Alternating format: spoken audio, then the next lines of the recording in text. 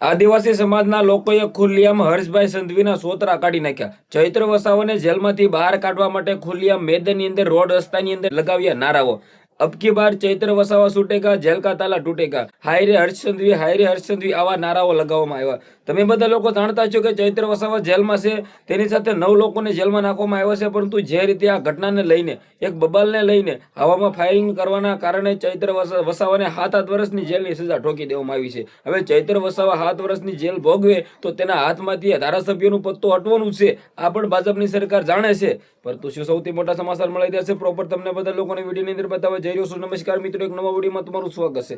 સૌપ્રથમ ચેનલમાં પહેલી વાર આવ્યો હોય તો વિડીયો શેર કરીને સબસ્ક્રાઇબ અવશ્ય કરજો, જેથી હું તમારા સમક્ષ ચૈત્ર વસાવાના આવા નવા અપડેટો લાવતો રહું।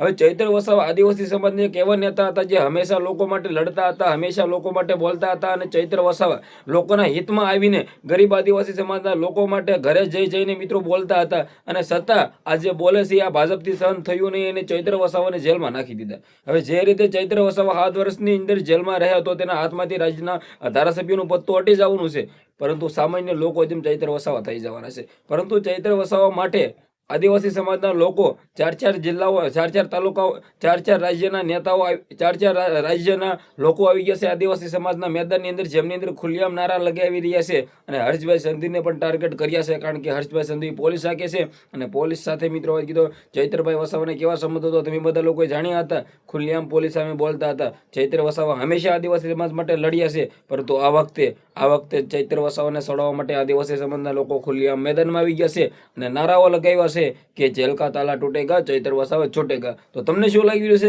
રહ્યું છે કે 4 વર્ષ પહેલા ચૈત્ર વસાવા જેલની બહાર આવી શકશે ખરા? આમ આદમી પાર્ટીએ 7 થી 8 વકીલો બનાવ્યા છે, આખી ટીમ બનાવી છે। આ વકીલો શું ચૈત્ર વસાવાને છોડાવી શકશે ખરા? તમારી શું રાય છે? જે પણ હોય કમેન્ટ કરો, શેર કરો, ફોલો કરો। આજના વિડીયોમાં આટલી જ માહિતી। આપણે એક નવો વિડીયો મળી જાય। બધા લોકોને દિલથી ધન્યવાદ। જય હિન્દ, જય ભારત।